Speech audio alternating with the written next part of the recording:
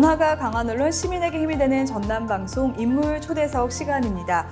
오늘은 정치권에서 핫한 인물로 부상한 박균택 변호사를 만나볼 텐데요. 오늘 나눌 이야기가 민주당 이재명 대표의 사법 리스크를 변론하고 있는 상황과 인권과 평화의 도시 광주의 현재와 미래에 대해서 이야기 나눠보도록 하겠습니다. 정치는 실종되고 여야 대립으로 국민들은 더욱더 불안해지고 있는데요. 이에 대한 문제점을 짚어보고 해결책은 없는지 이야기 나눠보도록 하겠습니다. 요즘 광주 시민들에게 아주 뜨거운 격정을 안겨주고 계신 분이죠. 박균택 변호사님 나와 계십니다. 안녕하세요. 네, 안녕하십니까. 반갑습니다. 예. 인사 부탁드릴게요. 예. 여러분 안녕하십니까. 제가 전남방송을 통해서 시청자 여러분들을 두 번째 뵐 기회를 갖습니다. 너무 영광스럽고 감사하게 생각합니다. 불러주셔서 감사합니다. 네, 나와주셔서 감사합니다. 그럼 본론으로 바로 들어가서요. 지난달 9월 27일에 우리 이재명 대표 구속영장 실질심사가 있었습니다. 지지층에 따라서 입장의 차이가 조금 있을 텐데요. 특히 광주 전남의 다수 시민들은 밤잠을 설치면서 이 결과를 기다렸을 거예요. 그런데 그때 우리 변호사님께서 이재명 대표 곁에 계셨습니다. 그날 기억하시나요? 이재명 대표께서 변호인으로 선정을 해주신 덕분에 조사에 6번을 함께하고 그리고 법정 영장심사에 한번 들어갈 그런 기회가 있었는데 조금이라도 기여할 수 있었던 것을 저에게는 좀 감사하게 생각하고 있습니다. 특히 9월 16일에 우리 변호사님 출판 기념회에서 구속영장이 발부가 안 될 것이다 라고 거의 확신을 하셨습니다. 그 이유가 좀 있을까요? 검사들은 그게 죄가 된다고 해서 영장을 청구했는지 모르겠지만 저는 그걸 영장이 발부될 수가 없다라고 믿었던 이유가 첫째는 그 백현동 사건이 있지 않습니까? 그 부분은 민간 사업에 성남시가 참여하지 않은 것, 그래서 200억 정도는 벌어올 수 있는데 그것을 벌어오지 않아서 손해를 봤다는 이유로 배임죄로 검찰이 영장을 청구했던 겁니다. 근데 제가 보기에는 민간 사업자가 성남시에 어떤 투자는 신용만 해주면 200억을 준다고 했거든요. 그러면은 그 200억을 받아오는 것이 맞았던 것이냐. 신용만 해도 200억을 주겠다는 것은 그건 부당한 돈 아닙니까? 그렇죠. 아무리 이익이 된다고 해도 그 부당한 돈을 받지 않은 걸 가지고 사람을 처벌한다는 것은 말이 안 되는 거겠죠. 그래서 오히려 받아오지 않은 것이 더 잘하는 일이기 때문에 저는 법리상 죄가 되지 않는다고 믿었던 것입니다. 그리고 이제 또 하나가 중요한 것이 쌍방울 대북 송금 사건인데 그 사건의 경우에는 김성태 회장이 북한한테 800만 불을 줬을 수는 있지만 그 돈이 쌍방울을 위해서 사용한 것이지 이재명 대표를 위해서 사용한 것은 아니다라는 것이 이제 제 판단이었던 것입니다. 그 이유는 뭐냐면은 이재명 대표와 김성태 회장이 서로 한 번도 만나본 적이 없습니다. 직접 통화를 해본 적도 없습니다. 전화번호도 입력되어 있는 사이가 아닙니다. 그렇다고 한다면 그런 관계에서 누가 100억을 주며 또 고맙다는 말을 한 번도 안 했다는 것이 말이 될까? 그래서 저는 그게 김성태 회장과 쌍방울을 위한 돈의 사용이었던 것이지 경기도나 이재명 지사를 위한 돈 사용이 아니었기 때문에 증거상 죄가 될 수 없다라고 생각했던 것이고 그래서 영장이 기각될 수밖에 없다라고 주장을 했던 것입니다. 이렇게 또 변호사님께서 깔끔하게 정리를 해주시니까 이해가 쏙 되면서 그래서 확신을 하실 수밖에 없었구나라는 생각이 드는 것 같습니다. 그렇지만도 우리 이재명 대표 영장 기각을 놓고 나서 우리 한동훈 장관과 창을 막아냈다라는 뉴스를 접하게 됐습니다. 여러 가지 사안들이 있을 것 같은데 그것 중에 증거인멸에 대해서는 일부 소명이 됐다고 법원에서 판단을 내렸어요. 그것에 대해서 자세히 좀 설명을 해주신다면. 아마 이제 위증교사 그 부분은 소명이 되는 것으로 보인다라고 이제 아마 지적한 부분이 판사가 있었던 것 같은데 물론 그 판사가 지적을 하셨기 때문에 일단 존중을 하긴 해야 합니다만은 영장을 발부할 때 판사가 쓰는 표현은 소명이라는 것인데 유죄가 나기 위해서는 입증이 돼야 합니다. 소명이라는 것은 일응, 그래 보인다, 그럴 수 있는 걸로 판단이 된다라는 의미인 것이고 입증이라는 것은 움직일 여지 없이 의심의 여지 없이 증명이 되었다라는 의미인데 소명이 됐다고 했지 증명이 됐다고까지는 하지 않았기 때문에 법정에서 잘 다퉈서 무죄 판결을 받아야 할 겁니다. 네, 저도 그렇게 믿고 싶습니다. 그리고 영장 기각 이후에 검찰의 쪼개기 기소라고 하죠. 쪼개기 기소 예상이 되고 있는데 실제로 기소도 진행이 됐습니다. 왜 그런지 이유를 좀 말씀해 주신다면요. 일단은 백현동 사건은 대장동 사건에 병합을 했으니까 일반적인 처리 절차에 뭐 기소 자체가 문제가 있느냐 이 부분은 나중에 따질 문제고 절차상으로는 문제가 없는 것 같습니다. 병합의 원칙이니까요. 근데 위증 교사 부분은 별도로 기소를 했었습니다. 근데 한 피고인이 여러 개의 사건이 있을 때는 그것을 병합을 해서 처리하는 것이 형법의 취지이고 또 실무상의 관행인데 위증 교사죄만 별도로 기소를 했었습니다.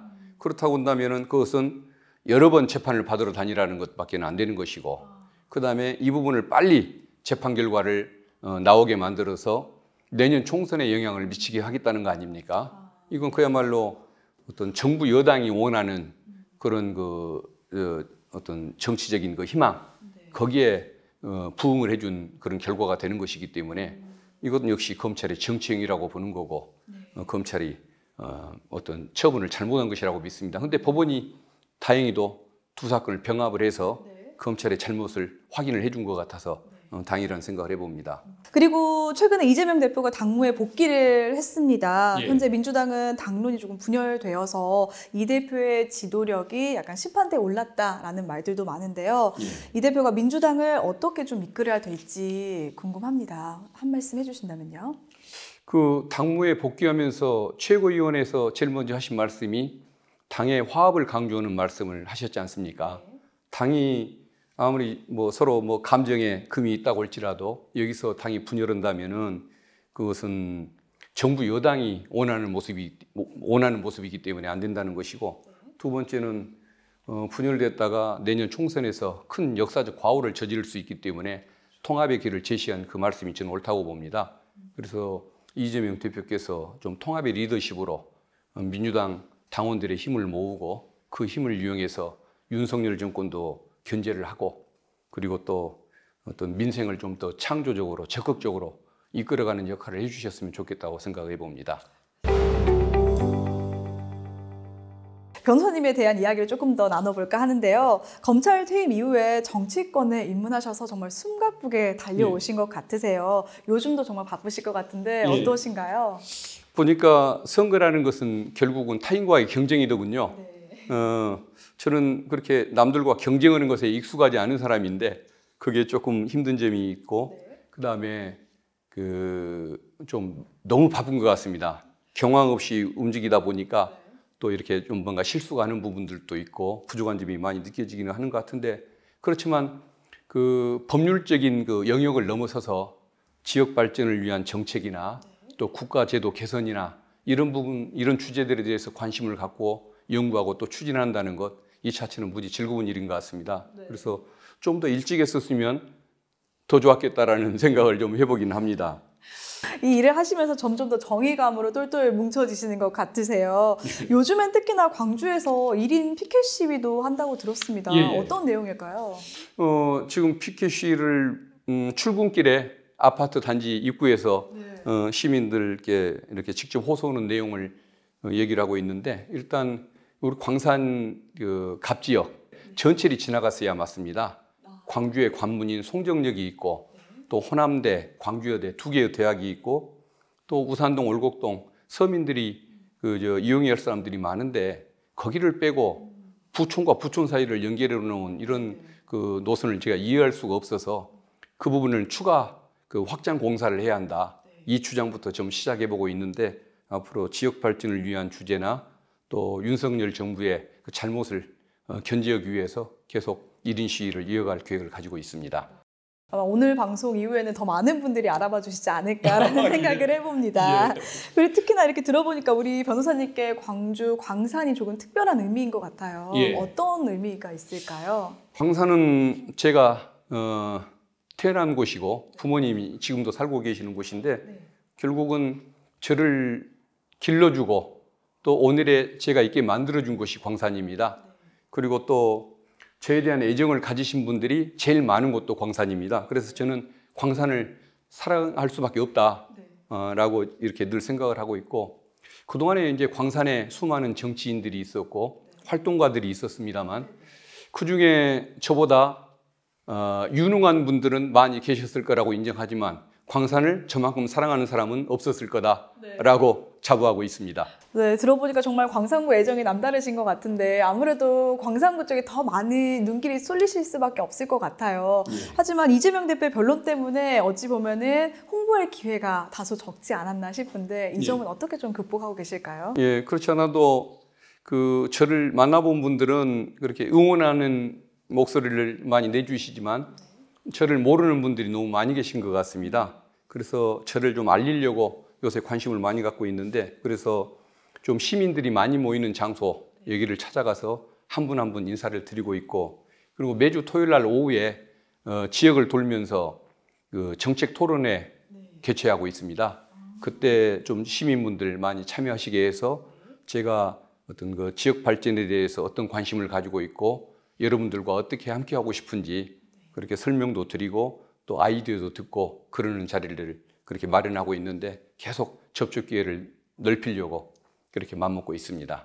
그렇다면 우리 국회에 입성을 하신다면 예. 광산에 우선적으로 추진하실 정책 같은 게 있으실까요? 일단 지하철 2호선이 그 광산 남부 지역을 지나지 않고 있는데 그걸 지나가게 하는 것이 하나의 큰 목표고 두 번째는 그 광주역과 송정역 간의 철도 노선을 빨리 폐지를 해서 거기에 시민을 위한 그 푸른 공간 이걸 조성해 주는 것이 맞다고 생각을 해봅니다. 그리고 또 이제 국가적으로는 그 검찰 조직 지금 너무 많은 문제를 일으키고 있는데 직접 수사권을 이제 좀 중단을 시키고 수사기관에서 인권보호기관으로 전환시켜 주는 것 그것을 이제 국가적인 그 목표로 이렇게 삼고 있는 상태입니다. 네, 우리 변호사님 뜻대로 정말 새로운 바람이 불어오길 기대하도록 하겠습니다. 예. 많은 이야기를 하고 싶으실 테지만 벌써 시간이 많이 소요가 되어서 예. 우리 마지막으로 한 말씀 남겨주신다면요. 예, 우리 전남 방송을 통해서 우리 시청자 여러분 또